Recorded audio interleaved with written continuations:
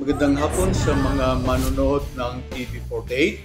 Narito naman ang latest update tungkol sa bagyong si Esang. Sa ganap na alauna kaninang hapon, ang sentro ng bagyong si Esang ay namataan sa kapaligiran ng Mandela, Quirino. Ito ay may lakas na 55 kilometro bawat oras malapit sa gitna at may pagbugso ng hanggang 70 kilometro bawat oras.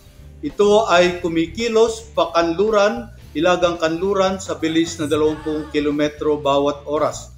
Sa susunod na 24 oras, ito ay inaasahang nasa layong 460 kilometro kanluran ng Baknotan, La Union. Dahil sa development na ito, nakataas ang babala ng bagyo sa Cagayan, Isabela, Quirino, Nueva Vizcaya, Apayao, Kalinga, Abra, Mountain Province, Ifugao, Benguet, Ilocos Norte, Ilocos Sur, La Union, Pangasinan, Aurora at hilagang bahagi ng Nueva Ecija, ang mga bayan ng Lupao, Caranglan, Pantabangan at San Jose City. Inaasahang ang mga lugar na nabanggit na nasa babala ng bagyo bilang isa ay makakaranas ng paminsan-minsang pagbugso ng hangin at bugso ng ulan.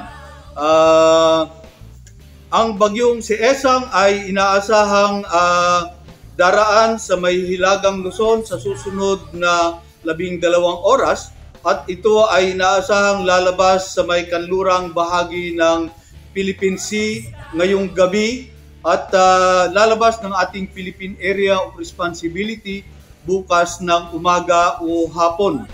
Ang bagyong si Esang ay inaasahang lalakas at habang ito ay tumatahak sa karagatan ng West Philippine Sea at inaasahang aabot ng tropical storm category.